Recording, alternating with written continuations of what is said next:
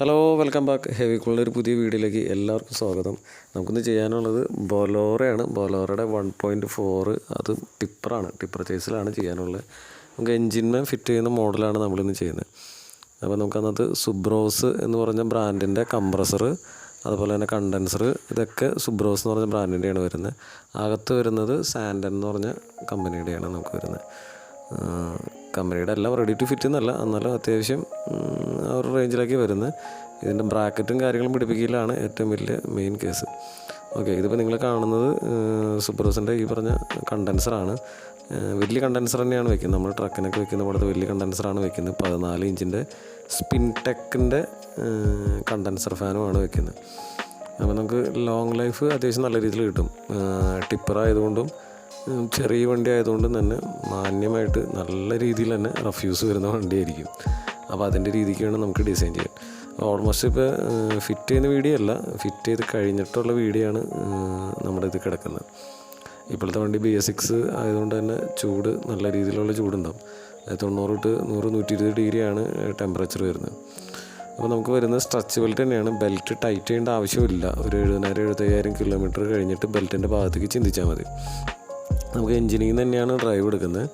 അതായത് എൻജിൻ പുള്ളി, അത് കഴിഞ്ഞ് നമ്മുടെ നേരെ കംപ്രസറിൻ്റെ ഇടയിൽ ഒരു ഐഡലർ വീലാണ് ഇടുന്നത്. അത് കഴിഞ്ഞ് നേരെ പവർ സ്റ്റിയറിങ്.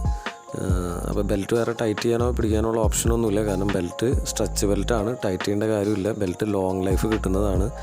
ഇടയിൽ നമുക്ക് ബെൽറ്റ് ടൈറ്റ് ചെയ്ത് കൊടുക്കേണ്ട കാര്യം ഒന്നുമില്ല. ബെൽറ്റ് വലിയുന്ന പ്രശ്നങ്ങളൊന്നുമില്ല. നമ്മൾ സ്ട്രെച്ച് ബെൽറ്റിനെ കുറിച്ചൊക്കെ ഡീറ്റെയിൽ ആയിട്ട് വീഡിയോ ഇതിക്ക് മുന്നേ ചെയ്തിരിക്കുന്നതാണ്. ഇപ്പോഴത്തെ ലേറ്റസ്റ്റ് മോഡൽ വണ്ടികൾ വരുന്ന ഒരു സംഭവമാണ് സ്ട്രെച്ച് ബെൽറ്റ്. അപ്പോൾ അങ്ങനത്തെ ഒരു സ്ട്രെച്ച് ബെൽറ്റിലോട്ട് തന്നെയാണ് ചെയ്തിരിക്കുന്നത്. അപ്പോൾ ഇതിപ്പോൾ ചെയ്തിരിക്കുന്ന ബെൽറ്റ് നമ്മൾ വെറുതെ ഒരുപാട് കിട്ടാത്തൊരു മോഡലൊക്കെ വന്നു കഴിഞ്ഞാൽ ബുദ്ധിമുട്ടാണ്. അപ്പോൾ കമ്പനി വരുന്ന ഫാൻ ബെൽറ്റും ആൾട്ടർനേറ്ററും ഇതൊക്കെ ആയിട്ട് വരുന്ന മോഡൽ തന്നെ ആ സെയിം ബെൽറ്റ് തന്നെയാണ് തൊട്ടുപുറത്ത് താഴത്ത് നമുക്ക് AC വേണ്ടിയിട്ട് നമ്മൾ ഇട്ടിരിക്കുന്നത്. അപ്പോൾ പിന്നെ രണ്ട് ബെൽറ്റും ഒരേ നമ്പർ സൈസ് തന്നെയാണ് വരുന്നത്. നമുക്ക് കിട്ടാത്തൊരു പ്രശ്നം വരില്ല. പിന്നെ നമുക്ക് ബെൽറ്റ് ഈ പറഞ്ഞ ഒരു യൂണിറ്റ് വരുന്നത് 134 സിസ്റ്റമാണ്. ഓറിങ് ടൈപ്പ് ഫിറ്റിങ്സും കാര്യങ്ങളൊക്കെയാണ്. അപ്പോൾ അതുകൊണ്ട് തന്നെ ലീക്കേജിനുള്ള ചാൻസസ് വളരെ കുറവാണ്. വൈബ്രേഷൻ വളരെ കൂടുതലുള്ളതാണ്. അപ്പോൾ ഇത്രയും ഇതിൽ തന്നെ അങ്ങനത്തെ ഒരു സെറ്റപ്പിൽ തന്നെ ആയിരിക്കണം നമുക്ക് ഡിസൈൻ ചെയ്ത് വെക്കാൻ. കുറേ ആൾക്കാർ പറയുന്നുണ്ട് ഇത് ചെയ്യാൻ പറ്റില്ല എന്നൊക്കെ പറഞ്ഞ് വർക്ക്ഷോപ്പുകാർ ഒഴിവാക്കുന്നുണ്ട്. പറ്റായികയല്ല, ചെയ്യാൻ ബുദ്ധിമുട്ടുണ്ട്, അത്രയേ ഉള്ളൂ. വേറെ നമുക്കതിനകത്ത് എൻജിൻ ലാഗിങ്ങോ കാര്യങ്ങളോ ഒന്നും വരാനില്ല. കാരണം ലോഡ് വളരെ കുറവാണ്. ഇപ്പോൾ നമുക്ക് ജസ്റ്റ് മഴ പെയ്തിട്ടുള്ളൊരു ക്ലൈമറ്റാണ്. അപ്പോൾ ഫുൾ തണുപ്പ് നന്നായിട്ട് ഇട്ടുകൊണ്ട് തന്നെ ചെറുതായിട്ട് മിസ്റ്റ് പിടിച്ചിരിക്കുന്നതാണ്. നമ്മൾ ഡാഷിൽ വരുന്ന വെൻറ്റുകളാണ് ഇപ്പോൾ ഈ കാണുന്നത്. ഡാഷ് വളരെ പരന്നിട്ട് വളരെ സ്ലിമ്മായിട്ടിരിക്കുന്ന ഡാഷാണ്. അപ്പോൾ അതിനകത്ത് വളരെ കോമ്പാക്റ്റ് ആയിട്ടുള്ള യൂണിറ്റ് തന്നെ വേണം കയറാൻ. അപ്പോൾ അതിനകത്ത് ഒരു സാൻഡൻ എന്ന് പറഞ്ഞ കമ്പനിയുടെ ഒരു മോഡലാണ് അതിനകത്ത് കയറുന്നത്. കമ്പനി വരുന്നതിൽ തന്നെ കമ്പനി വരുന്ന ബ്ലോവർ അസംബ്ലി ഉണ്ട്. പക്ഷെ അത് വെക്കുമ്പോൾ നമുക്ക് ഗ്ലോ ബോക്സ് സ്പേസ് വളരെയധികം കുറഞ്ഞു പോകും. അങ്ങനെ ഒരു കാര്യമുണ്ട്. അപ്പോൾ ഈ വണ്ടിയിൽ തന്നെയാണെങ്കിൽ നമുക്ക് പിക്കപ്പ് ആയതുകൊണ്ട് തന്നെ വേറെ വെക്കാൻ സ്ഥലമില്ല. അപ്പോൾ ഈ ഗ്ലോ ബോക്സ് തന്നെ അത്യാവശ്യം സ്പേസ് വേണം. RC ബുക്ക് കാര്യങ്ങൾ അങ്ങനത്തെ എന്തെങ്കിലും ഡീറ്റെയിൽ ഡാറ്റാസ് കാര്യങ്ങളൊക്കെ എന്തെങ്കിലും സ്റ്റോർ ചെയ്യണമെങ്കിൽ ആ ഏരിയ നമുക്ക് മസ്റ്റാണ്. അപ്പോൾ അത് ഒഴിവാക്കാൻ പറ്റില്ല. അപ്പോൾ അതുകൊണ്ട് തന്നെ ഗ്ലാസിനോട് ചേർത്ത് വരുന്ന സ്ലിമ്മായിട്ടുള്ള യൂണിറ്റ് തന്നെയാണ് നമ്മൾ ഡിസൈൻ ചെയ്ത് വെച്ചിരിക്കുന്നത്.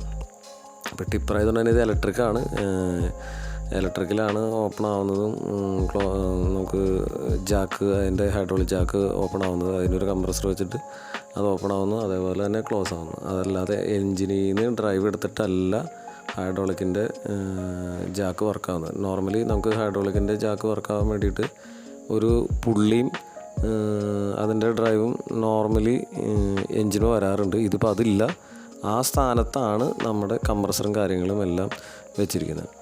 അപ്പോൾ AC കയറ്റാൻ പറ്റാക്കിയില്ല. 1.4 ആയാലും 1.7 ആയാലും നമുക്ക് ചെയ്യാവുന്ന കാര്യങ്ങളേ ഉള്ളൂ. നോർമലി ഇങ്ങനെ ഒരു ടോക്കുണ്ട്, AC ചെയ്യാൻ പറ്റില്ല, ഈ മോഡലുകളിൽ ചെയ്യാൻ പറ്റില്ല, ഇലക്ട്രിക് മാത്രമേ ചെയ്യാൻ പറ്റുള്ളൂ എന്ന് പറയുന്നുണ്ട്. അങ്ങനെയല്ല, നമുക്ക് ചെയ്യാം. അപ്പോൾ ഇതിക്ക് മുന്നേ നമ്മുടെ ചെയ്ത റീൽസ് ഇൻസ്റ്റയിൽ കിടപ്പുണ്ട്. 4x4 ആയാലും ചെയ്തതിൻ്റെ കിടപ്പുണ്ട്. അപ്പോൾ കുറേ സ്ഥലങ്ങളിൽ ഏരിയയിൽ അത്യാവശ്യം ഹിൽ ഏരിയയിലൊക്കെ വരുന്നത് ഇതിൻ്റെ തന്നെ 4x4 ആണ് വരുന്നത്. അതിനായാലും നമുക്ക് ചെയ്യാവുന്ന കാര്യങ്ങളേ ഉള്ളൂ. അല്ലാതെ ചെയ്യാൻ പറ്റില്ല എന്നുള്ളൊരു ഓപ്ഷനില്ല, നമുക്ക് ചെയ്യാം. സമയം എടുക്കും എന്നുള്ളൊരു പ്രശ്നം മാത്രമേ ഉള്ളൂ. നമുക്ക് ചെയ്യാൻ പറ്റും. അതും 134 സിസ്റ്റത്തിൽ തന്നെ നല്ല രീതിയിൽ തന്നെ നമുക്ക് ചെയ്തെടുക്കാൻ പറ്റും. അപ്പോൾ ഇതിൻ്റെ തന്നെ ചെയ്ത് 4x4 ചെയ്ത് റീല് നമുക്ക് ഉള്ളിൽ ഇൻസ്റ്റയിൽ കിടക്കുന്നുണ്ട്. ഞാൻ വേണമെങ്കിൽ അതിൻ്റെ ലിങ്ക് വേണമെങ്കിൽ നമുക്ക് ഒന്ന് ഇട്ടേക്കാം. താഴെ കാണേണ്ടവർ കാണാൻ വേണ്ടിയിട്ട് വന്ന് താഴെ ഞാൻ ലിങ്ക് ഇട്ടേക്കാം. അപ്പോൾ ഇത്രയാണ് നമ്മുടെ ഇതിനകത്ത് വരുന്ന കാര്യങ്ങൾ. അപ്പോൾ ഇതിൽ തന്നെ നമുക്ക് ഹൈബ്രിഡ് ഇലക്ട്രിക് ഞങ്ങൾ ചെയ്യുന്നുണ്ട്. അപ്പോൾ ഇത് വേണമെങ്കിൽ അതും ചെയ്യാം, അല്ലെങ്കിൽ ഇലക്ട്രിക് വേണമെങ്കിൽ ഇലക്ട്രിക് കയറ്റുന്നവർക്ക് ഇലക്ട്രിക് കയറ്റാം, അല്ലെങ്കിൽ എഞ്ചിൻ ഫിറ്റ് ചെയ്യേണ്ടവർക്ക് എഞ്ചിൻ ചെയ്യാം. അത് മിനിമം ഒരു 200 കിലോമീറ്റർ താഴെ റണ്ണിങ് ഉള്ളവർക്ക്, അതായത് 200 കിലോമീറ്റർ ആവറേജ് അല്ലെങ്കിൽ അതിൻ്റെ ആ റേഞ്ചിലേക്ക് ഓട്ടം ഉള്ളൂ എന്നുള്ളവർക്ക് എഞ്ചിൻ ഫിറ്റ് ചെയ്യുന്ന മോഡലാണ് നല്ലത്. അല്ലാത്തവർക്ക് എപ്പോഴും ഹൈബ്രിഡ്, അതായത് ഒരുപാട് ലോങ്ങും കാര്യങ്ങളും അത്യാവശ്യം നല്ല രീതിയിൽ ഓട്ടം ഉള്ളവർക്കാണെങ്കിൽ നമുക്ക് ഹൈബ്രിഡാണ് നല്ലത്. ഓക്കെ, അടുത്തൊരു വീഡിയോ ആയിട്ട് വീണ്ടും കാണാം.